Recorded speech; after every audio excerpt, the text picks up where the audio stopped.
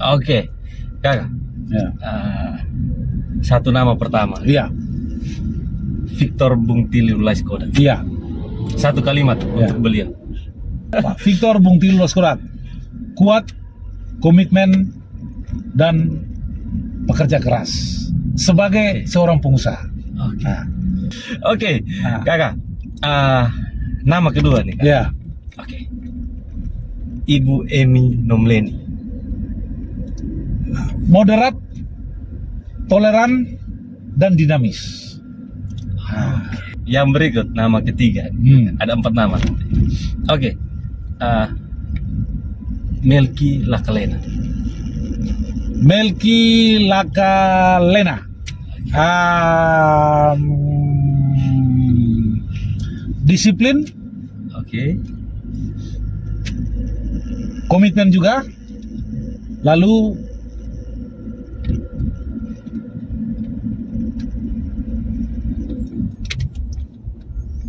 bebas ya. Oke. Yang terakhir. Ah. Ansi Lema. Reformatif, Oke. komunikatif, toleran juga. Oke. Siap. Luar biasa nih.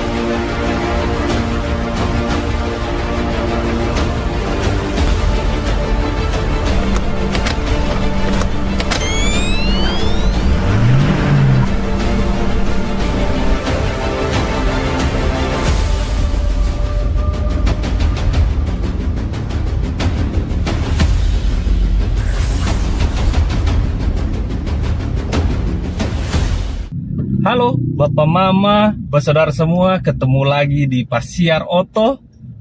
Gas jangan rem. Gas jangan rem. Luar biasa sekali Kita hari gas ini. jangan rem. Saya senang sekali hari ini bisa mengajak Kakak Franz Aba untuk Pasiar Oto. Terima kasih banyak. Terima kasih Joko. Kita gas jangan rem ya. Pokoknya gas jangan Tidak rem. boleh henti. Yang penting tidak merugikan banyak orang Ya. dan untuk kebaikan gas jangan rem. Ya. Itu sudah Oke. pasti.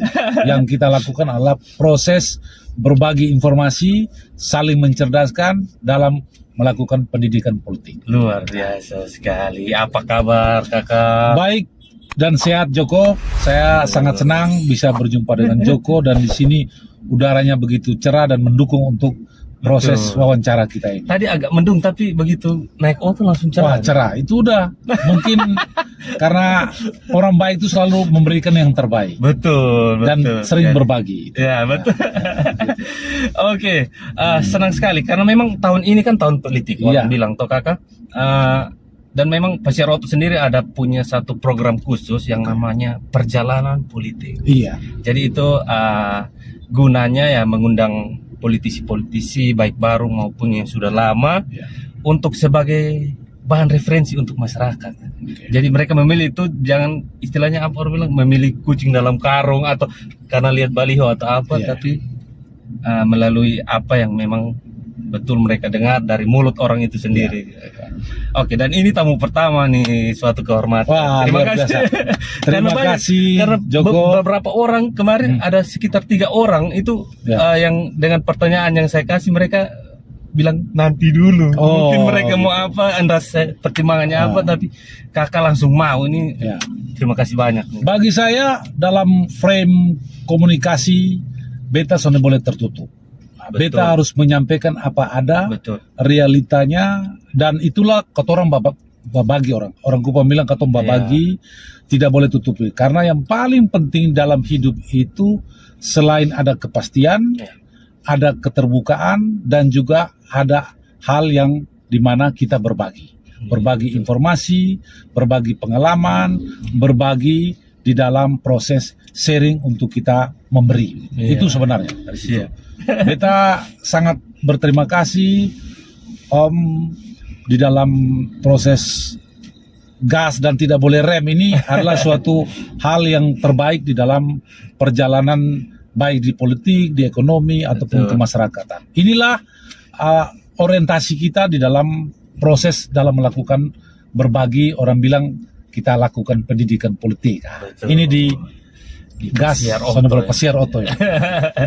Jadi ketemu pesiar, Sonda asal pesiar, tapi ada sesuatu yang bisa diambil. Sambil ketorong bang ngomong toh. Betul. Oke, kita langsung saja nih kakak. Ya. Di sini beta Sonda terlalu mau cari tahu terlalu banyak tentang siapa itu Franz Abba, dan beta lihat sudah banyak di media dan pokoknya bisa dicari lah itu siapa Franz Abba, lahir dan sekolah di mana dulu. Tapi beta pengen apa ya kakak? Mau tahu apa sih yang membuat kakak tertarik menjadi seorang gubernur NTT? Jadi Om Joko, yang kita harus pahami sama-sama bahwa kalau bicara tentang NTT, itu artinya kita yang ber-KTP NTT, kita yang lahir besar di NTT, artinya bahwa kalau kita bicara tentang NTT, apa dia punya kekurangan, kelebihan, dan sebagainya, ataupun juga keunggulan dan sebagainya, itu sama saja berbicara tentang diri kita sendiri.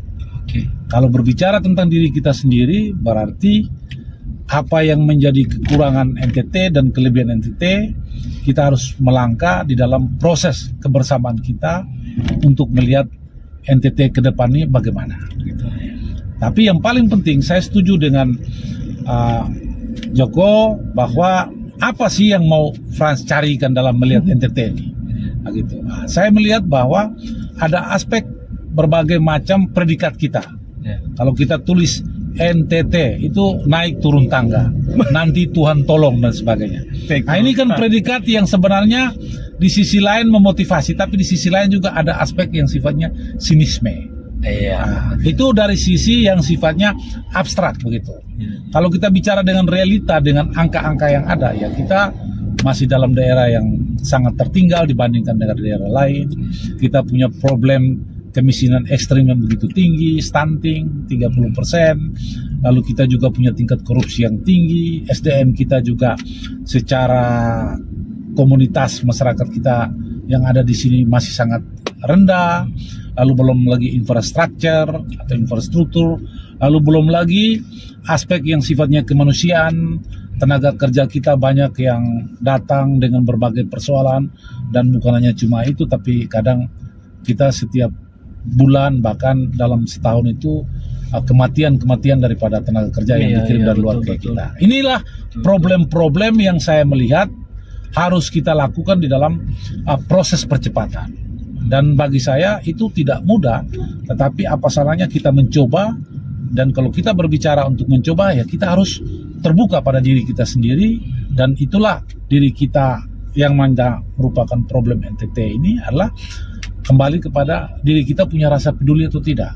Dan saya mau ke sini dan mau masuk di dalam proses di dalam demokrasi, terutama dalam pilkada, khususnya di gubernur ini. Saya ingin kiblat dan mau menyatu dengan rakyat saya yang berpredikat seperti dalam standar yang dianggap sebagai daerah yang masih sangat tertinggal dari berbagai aspek tersebut. Dan saya rasa saya tidak bisa sendiri, tapi kita harus bersama-sama dengan merajut suatu kekuatan yang menjadi dasar pergerakan kita, yaitu gotong royong. Karena saya merasa saya akan selalu di mana-mana dan tidak kemana-mana, karena saya mencintai daerah saya, Nusa Tenggara Timur, dan kita sama-sama mencintainya. Nah itu. Siap, luar biasa. Soalnya di awal kemunculan nama seorang Franz Abba itu kan sempat ada komentar miring. Ya, silakan. Ini orang siapa sih dia ini? Kok tiba-tiba datang, kok mau langsung muncul, beta mau jadi calon gubernur ini. Itu tanggapannya kakak sendiri? Bagi saya wajar dan normal. Orang-orang Sonda tahu beta, karena beta sudah lama di luar toh, semua segala macam. Jadi itu wajar.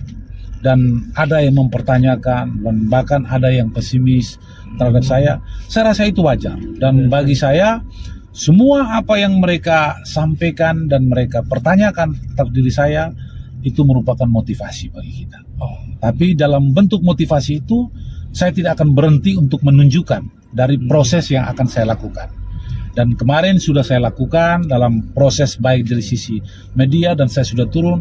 Dan hari ini saya turun di Kupang bisa ketemu dengan Joko di dalam kita melakukan proses interview ini. Tapi setelah dari sini saya akan ke Flores, lalu beberapa daerah, itu yang saya lakukan. Jadi pertanyaan-pertanyaan semacam itu adalah bagian orang mencari tahu kita juga sebenarnya. Siapa kita, bagaimana kita. Tapi bagi saya yang terpenting bukan siapanya atau Frans yang mau jadi gubernur atau si B yang mau jadi gubernur. Tapi kita yang akan saya lakukan adalah bagaimana tentang NTT yang menjadi problem kita yang seperti yang saya sebutkan tadi. Nah, itu yang akan kita bicara dalam tataran pendidikan politik yang kita mau melihat di dalam proses akumulasi terhadap masalah-masalah yang ada itu. Dan saya ingin mencari tahu informasi masalah ini bukan dari sisi elit birokrasi ataupun tapi kita secara bersama-sama partisipasi ingin mendengar langsung daripada masyarakat NTT. Kalaupun ada yang mengkhawatirkan tentang saya, pesimis tentang saya, itu wajar, normal dalam proses demokrasi. Kita harus menerimanya, tapi saya juga ingin mengajak, mari kita bergandengan tangan sama-sama, jangan cuma mencari tahu saya, tapi kita duduk bersama-sama untuk membuka forum di dalam partisipasi bagaimana NTT ini ke depan. Nah, itu yang perlu kita lihat, sehingga politik yang akan saya lakukan di dalam proses gerakan politik, itu bukan politik kekuasaan. Begitu. Ini saya ingin melakukan dalam proses pendidikan politik. Tapi gerakan politik yang akan saya lakukan ini adalah politik gagasan dan politik pembangunan. Nah, karena apa? Kalau kita bicara tentang siapa, pasti orang akan merepresentasikan dari sisi yang selama ini di dalam pelaksanaan politik kekuasaan yang mereka turun ke bawah dan mereka mengatakan bahwa mereka sudah beri kepada masyarakat dan sebagainya. Dan mereka sudah berbuat begitu. Tapi sebenarnya dalam proses ini saya ingin katakan kepada seluruh warga NTT, yang kita lakukan ini adalah politik gagasan dan juga politik pembangunan. Nah, artinya apa di sini? Kita bukan berorientasi kepada politik kekuasaan, karena biasanya orang mendapat kekuasaan baru dia melakukan aspirasi atau memberi kepada masyarakat. Tapi kita berbeda. Siapa saya? Saya tidak ada kekuasaan. Saya seorang dosen, seorang bisnismen, dan seorang swasta. Tapi saya ingin menyatakan kepada rakyat NTT bahwa tanpa kekuasaan kita bisa melakukan proses politik ini dengan berbagi, baik dari sisi pendidikan politik maupun dari sisi politik pembangunan. Dalam konteks apa? Ya, baik secara imaterial, kita saling motivasi, kita saling belajar, meningkatkan dan memotivasi secara kultural, dan juga aspek yang sifatnya material. Itu yang saya melihat ini. Sedangkan orang yang melakukan pendekatan dengan konsep politik kekuasaan, yang selama ini dia sudah dapat, dia berikan, tapi sebenarnya itu bukan dia beri, gitu. Tapi dia hanya sebagai penyalur dari kekuasaan itu. Itu harus, dan itu hal yang sudah seharusnya dilakukan. Sudah normal, biasa. Dan realitanya ada, NTT masih tetap semacam itu. Dari sisi apakah kemiskinan, dari sisi SDM-nya, dari sisi infrastrukturnya, itu yang mereka lakukan. Karena mereka mendapat kekuasaan, baru mereka menyatakan justifikasi atau klaim bahwa mereka memberi. Padahal bukan. Posisi mereka hanya menyalurkan apa yang menjadi hak rakyat yang sebenarnya. Karena mereka hidup atau dalam proses kekuasaan itu diberikan oleh rakyat dalam proses pajak teks yang mereka dapatkan dari kompensasi itu. Itu yang harus kita, proses pencerdasan ini harus kita lakukan. Jadi kembali lakukan bahwa pertanyaan yang Joko sampaikan tadi itu motivasi saya, tapi yang kita akan lakukan ke depan adalah gerakan-gerakan politik yang sifatnya gagasan dan juga pembangunan dengan metode-metode dari bawah, dan juga kita elaborasi dan kolaborasi secara bersama-sama. Siap. Terus bagaimana dengan nama-nama lain, Pak? Kan kontestasi Pilgub kali ini kan kita lihat nama-nama besar seperti Pak Victor, terus Ibu Gop juga katanya, Kakak Ansi, Kakak Melki, Ibu Ketua DPR, Ibu Emi juga mau maju nih, terus muncullah kakak Franz Abba nih. Ya. Ini dengan strategi yang beta lihat juga ini agak sedikit berbeda nih manuver yang dilakukan kakak Franz dengan yang lain ini. Ya. Ini tanggapannya kakak seperti apa? Joko, kita harus bersyukur, dan bagi saya ingin berharap bahwa seluruh komponen masyarakat NTT itu harus muncul dengan figur-figur yang bagus. Figur-figur yang bagus, baik yang ada di kekuasaan ataupun baik yang berada di luar kekuasaan. Apakah dia sebagai seorang swasta, aktivis non-government organizing, ataupun di pendidikan, itu harus muncul saya itu. Jangan merasa takut bahwa ini milik semua. Karena apa? Semakin banyak yang muncul menjadi pemimpin NTT atau berkeinginan untuk pemimpin NTT, itu semakin bagus bagi saya. Karena alternatif di dalam proses melihat figur itu, masyarakat diberikan hidangan yang begitu banyak, begitu. Sehingga proses pemilihan itu akan dilakukan. Tinggal dilihat dari sisi ini siapa yang mempunyai kapasitas dan orientasi di dalam proses komitmen dia. Nah, itu. Tapi bagi saya dengan munculnya nama-nama lain dan sebagainya, mungkin ada yang masih juga sembunyi-sembunyi atau masih juga takut-takut. Nah, sekarang mungkin saya tidak ada yang sifatnya kamuflase, saya menempatkan kepada masyarakat bahwa ini saya menginginkan seperti ini dengan politik gagasannya. Tapi bagi saya seperti pertanyaan yang disampaikan Joko tadi, bagi saya itu hal yang positif. Dan saya mengharapkan muncul figur-figur yang lain supaya kita berkompetisi di dalam politik gagasan tadi, politik pembangunan tadi. Jadi tidak ada salah, sehingga memberikan hidangan kepada masyarakat NTT bahwa kita punya proses dalam pengalian kepemimpinan ataupun proses pengalian perubahan kepemimpinan itu mempunyai hidangan yang banyak dari figur-figur yang ada itu. Nah, jadi itu positif, bukan justru kita menghambat orang dengan sentimen tertentu atau mempertanyakan orang dari sisi yang lain. Itu saya nggak mau gitu. Saya justru merespek bahwa muncul semakin banyak semakin bagus, supaya variasi di dalam masyarakat menilai dan memilih itu semakin banyak dan menu-menunya yang dipilih itu semakin banyak dengan style kepemimpinan dan gaya masing-masing. Gitu. Bisa dijadikan pembanding juga untuk meningkatkan kualitas diri kita sendiri. Nah, itu juga menjadi sudah sampai sini saya harus lebih lagi. Iya, karena itu juga menjadi kualitas di dalam proses masyarakat memilih juga semakin bagus kan. Dia punya variasi di dalam memilih orang dengan berbagai latar belakang yang ada. Tapi kalau melihat kondisi masyarakat NTT saat ini, pemimpin seperti apa sih yang sebenarnya NTT butuhkan menurut pandangannya Kakak Franz? Kalau saya lihat keadaan dari kondisi yang ada sini, saya tidak mengklaim bahwa kader-kader atau pemimpin-pemimpin kita itu mempunyai kapasitas dari sisi yang masing-masing punya kompetensi masing-masing dan itu relatif gitu. Tapi bagi saya bahwa masyarakat NTT ini dengan culture dan kulturnya itu sebenarnya sudah merupakan suatu khasana yang kaya gitu. Kaya di dalam proses melihat keberagaman budaya, keberagaman etnis, belum lagi dari sisi alam potensi alamnya begitu bagus. Nah, makanya untuk pemimpin NTT ke depan, terlepas daripada saya yang sudah menyatakan dengan jelas, tapi bagi saya harus ada proses yang berani out of the box di dalam leadershipnya dia, di dalam proses yang saya katakan tuh aspek yang sifatnya modernisasi.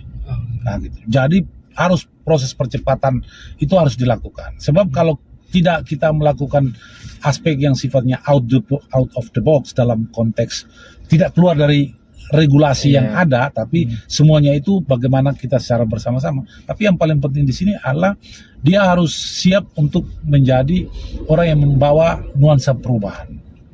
Perubahan di dalam proporsi dengan melihat keunggulan dan kelemahan daripada masyarakat yang ada.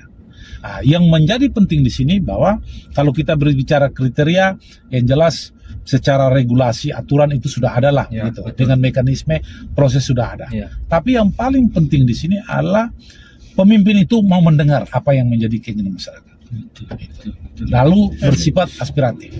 Karena di dalam proses kepemimpinan orang itu kalau kita bicara tentang pemimpin dalam skala apa, dia sebenarnya hanya sebagai intermediasi aja, perantara, penyambung di dalam proses untuk menyelesaikan masalah atau mau membuat suatu aspek yang sifatnya mencari problem solving. Problem dari kita, pemimpin-pemimpin kita yang kita muncul, kadang ekspektasi kita dia menjadi pembawa masalah atau menjadi pemecah masalah. Itu yang harus dilihat. Kadang kita konflik interest pemimpin sebagai pembawa masalah. Persoalan di situ, bukan menyelesaikan masalah.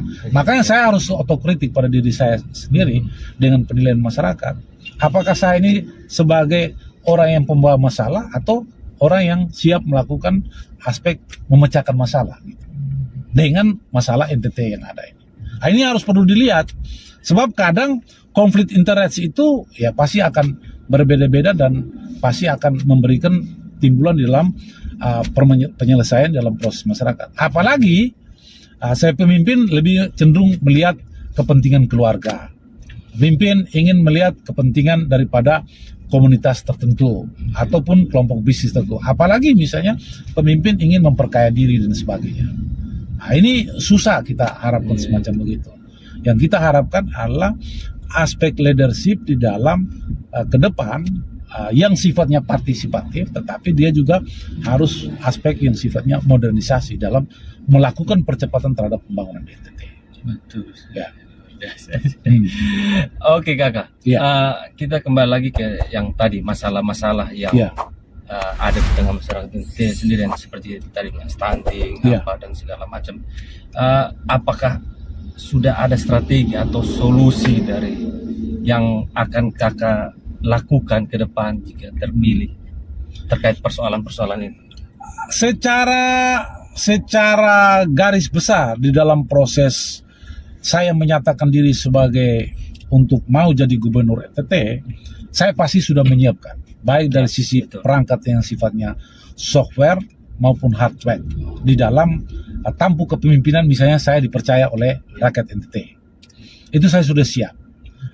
Problemnya apa yang harus dilakukan gitu. Yang jelas bahwa saya harus mengidentifikasi dari sisi struktur ekonominya, dari sisi aspek yang sifatnya culture-nya, budayanya, dari sisi yang lain yang bersifat kebiasaan, ataupun dari sisi yang menjadi kelemahan kita. Makanya yang paling penting dalam menyelesaikan persoalan itu, kita harus meletakkan kepada aspek yang menjadi keunggulan komparatif kita. Itu yang harus kita fokus begitu. Jangan aspek yang tidak menjadi keunggulan lalu kita angkat. Padahal skala usaha yang dilakukan itu mungkin hanya bisa sifatnya skala yang sifatnya cocok untuk industri rumah tangga misalnya. Itu kita, karena dia bukan skala komparatif atau keunggulan gitu. Tapi yang kita harus angkat adalah keunggulan komparatif kita. Misalnya kita keunggulan komparatifnya di pertanian. Tinggal basis-basis pertanian ini apa yang harus kita lakukan. Misalnya kalau kita bicara tentang peternakan, kita jangan aspek dulu peternakan, tapi pakannya harus kita siap. Dan itu harus kita buat di dalam proses industri pakannya. Karena Indonesia itu perlu diketahui sekitar 90% pakan ternak itu masih impor. Itu kenapa kita tidak lakukan di sini. Sebaliknya juga misalnya kalau kita bicara tentang aspek pertanian yang lain, misalnya tanaman dan sebagainya, kita harus fokus kepada aspek yang namanya bibit maupun pupuk. Rencana saya dari sisi pakan ternak maupun bibit atau pupuk itu kita harus buat industrialisasi skala besar dari sisi yang namanya industrialisasi tersebut, dan sudah bisa melakukan aspek yang sifatnya akumulasi terhadap hal yang bisa kita melakukan ekspor gitu, atau investasi gitu. Karena kalau kita berharap dari sisi yang namanya APBN ataupun APBD itu sangat terbatas dengan melihat politik anggaran yang ada itu sangat terbatas. Maka yang harus kita pacukan dalam proses percepatan itu ya dari sisi investasi dengan tidak membebani dari sisi APBN maupun APBD. Itu yang saya akan arahnya ke situ, tetapi lokus di dalam aspek yang sifatnya modernisasi tersebut harus kepada produk-produk atau potensi-potensi yang menjadi keunggulan kita, baik dari sisi yang sifatnya kultural maupun dari sisi yang sifatnya potensial. Itu yang saya akan lihat itu. Karena macam-macam kita bisa buat di NTT ini karena masyarakatnya dari sisi kulturnya itu dia punya penerimaan dengan interaksi masyarakat luar itu sangat bagus.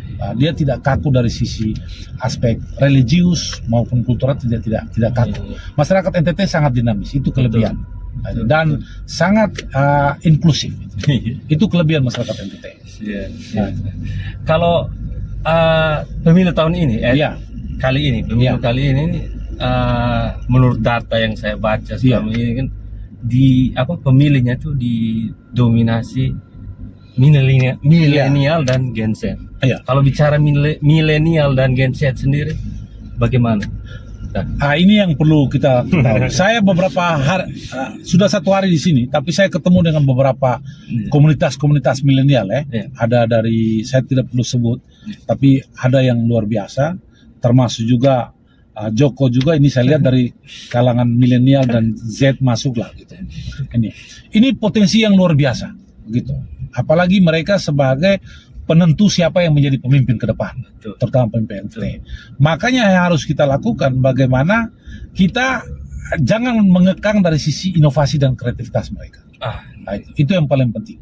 Berikanlah mereka di dalam rentang proses kreativitas dari inovasi mereka itu secara bersama-sama. Tinggal siapapun yang memimpin ataupun yang menjadi pemimpin nanti memberikan ruang-ruang estetika tersebut. Dan tinggal pemimpin itu memberikan suatu jaringan networking di dalam proses kekuatan itu, yang mana milenial kita itu masih pada standar lokal, tapi kita hubungkan mereka lebih kepada skala nasional ataupun internasional. Itu harus kita lakukan di dalam inovasi dan kreativitas mereka yang arahnya yang saya lihat bahwa sangat cepat di dalam kelompok milenial ini. Sebab kalau mereka ini tidak diberi ruang atau space untuk mereka punya improvisasi dan kreativitas mereka tidak salurkan, maka akan berdampak buruk bagi kita. Dan ini catatan untuk pemimpin ke depan harus perhatikan dari sisi milenial. Kalau ditanya saya akan menjadi prioritas utama.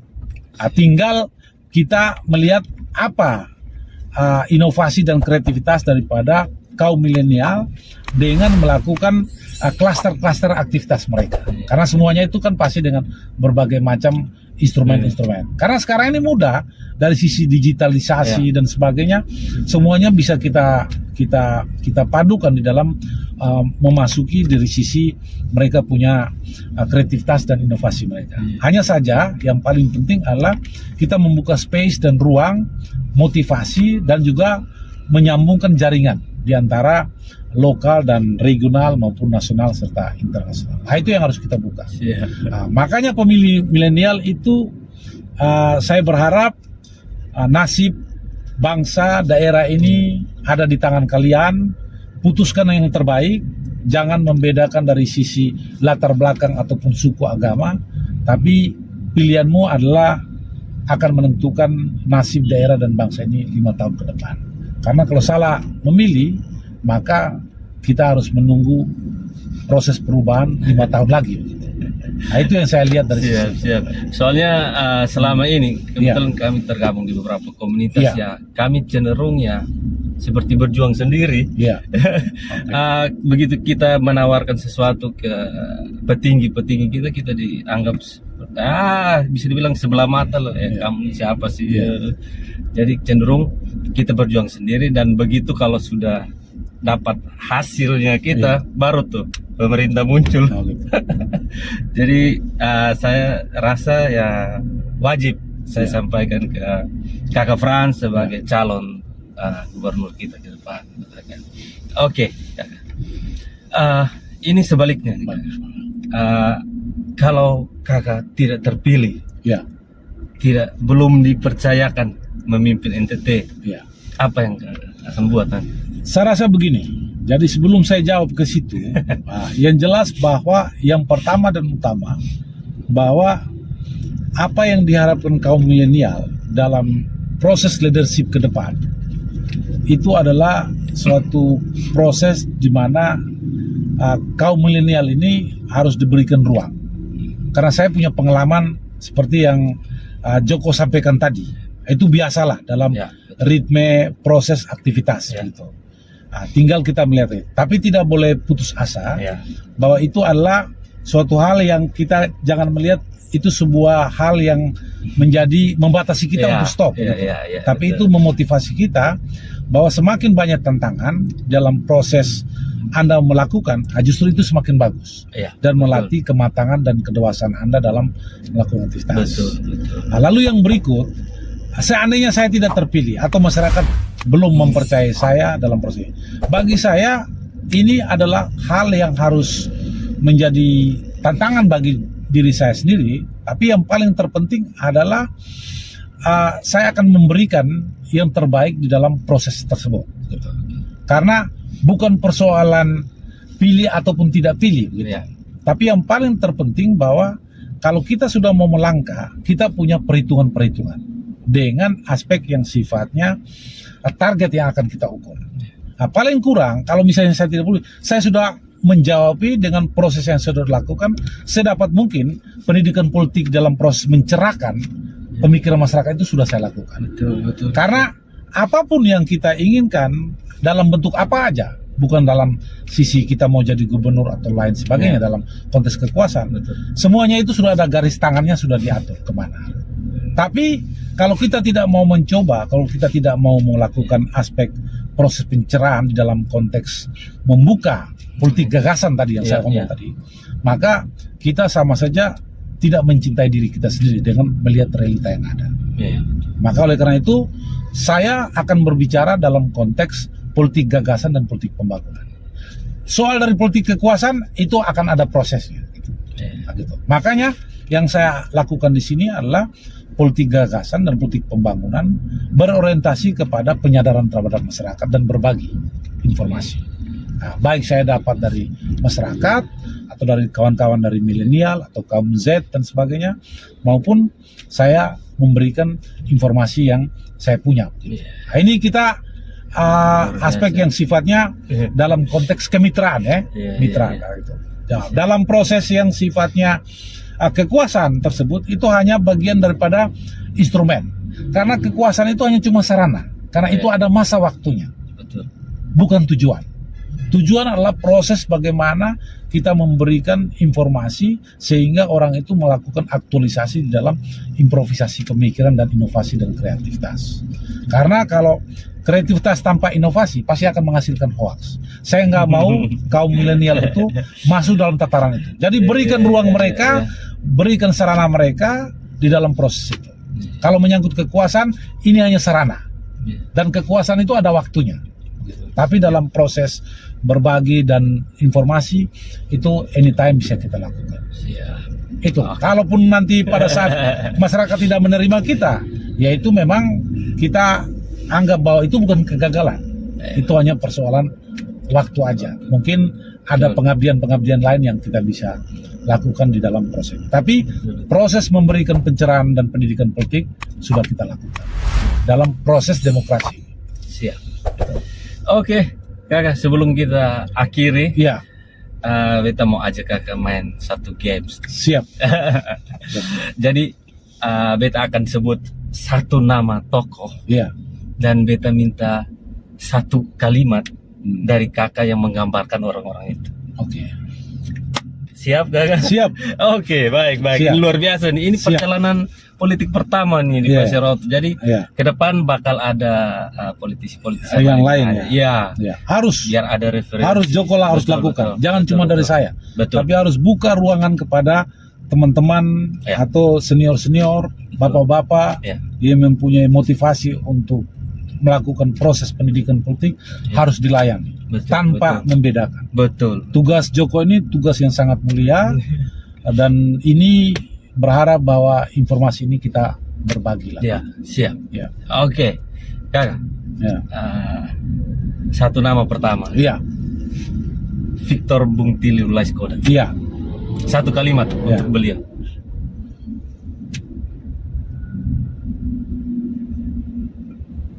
Kuat. Oke, itu satu kata, belum satu kalimat. Oh, belum satu. Victor Bung Tili Laiskodat. Kuat, komitmen, dan pekerja keras sebagai seorang pengusaha. Oke. Nah, Kenapa kalimat itu yang kakak pilih? Itu nanti biar kakak sendiri yang tahu. ya. Nah, Oke, jadi apa tadi? Kuat kuat, komitmen, keras sebagai pengusaha. sebagai pengusaha. Oke, Nah. itu nanti asik. Nah, gitu. Oke, Nah. kakak. Nama kedua nih. Kak. Ya. Oke. Ibu Emi Nomleni. Moderat, toleran, dan dinamis. Moderat, toleran. Ya. Itu Ibu Emi Nomleni. Ya. Di mata kakak Frans Ya. apa nih, luar biasa. Ya. Oke, yang berikut nama ketiga. Ada 4 nama. Oke, Melki Lakalena. Melki Lakalena.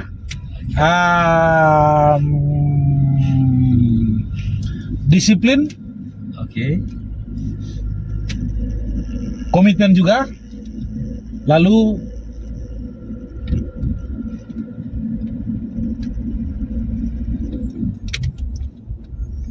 bebas ya. oke. Disiplin, komitmen, Bebas. Ya. Oke, itulah seorang Melki Lakalena. Oke, yang terakhir. Ansi Lema. Reformatif, Oke. komunikatif, toleran juga. Oke. Siap, luar biasa nih. Astaga. Oke. Kakak Frans, terima kasih banyak. Terima kasih. Sudah mau diajak Pasiar Oto, luar Kasih. biasa. Joko, Hormat. Anda punya tugas yang luar biasa di dalam melakukan pendidikan politik kepada masyarakat. Siap, siap, siap. Jangan Kakak. berhenti. Hormat. Ini adalah pekerjaan yang sangat mulia. Siap, siap. Kakak, Meskipun kita di dalam apa tadi? Pasiar Oto. Pasiar Oto. Di dalam Dan oto. gas terus. Gas yang rem. pokoknya. Gas jangan rem. Jadi itu tadi seperti yang kakak bilang tadi. Jadi kita tidak apa ya, tidak perlu masuk dalam atau punya satu jabatan dulu baru berbuat sesuatu. Tapi Iya. kita belum ada apa-apa juga kita sebenarnya bisa memberikan sesuatu yang bermanfaat. Iya. Oke, sukses terus kakak untuk perjuangannya, Selamat. untuk karirnya, untuk usahanya kakak. Luar biasa nih. Oke, Bapak Mama, Bapak Saudara yang nonton juga terima kasih sudah menonton video ini. Ambil yang baik atau dan buang yang kurang baik menurut Bapak Mama atau jadikan pelajaran saja. Bapak, saya minta maaf kalau ada salah-salah kata atau yang kurang-kurang dari Pasiar Oto. Kita Saya- kosong-kosong saja nih Bapak. Pasiar Oto ini udah luar biasa, sudah memberikan edukatif yang luar biasa, dan para politisi rugi kalau tidak terlibat di dalam Pasiar Oto, Siap, siap. karena Pasiar Oto ini memberikan warna tersendiri di dalam Ya. proses pendidikan politik dan juga proses Anda mau mengenal diri. Nah, itu. Iya, betul, betul, Nah, betul. ini Pasiar Oto ini Siap. rugi besar kalau tidak terlibat dalam Pasiar Oto. Semoga Nah, banyak ya. jangan takut, Ya, karena betul. Pasiar Oto ini akan memberikan kenyamanan yang luar biasa, Luar biasa kita baik jalan-jalan. secara kekeluargaan maupun baik secara aspek yang sifatnya harmonisasi. Iya. Kita mengeliling Kota Kupang. Betul, sekalian refreshing lah. Refreshing. Di tengah Betul. ini turun serap aspirasi terus Iya. ini capek juga. Capek juga ini. Ini luar biasa. Gitu. Oke, Bapak Mama, Bapak Saudara yang nonton, sampai ketemu di video berikutnya. Bye. Bye, terima kasih Pasiar Oto.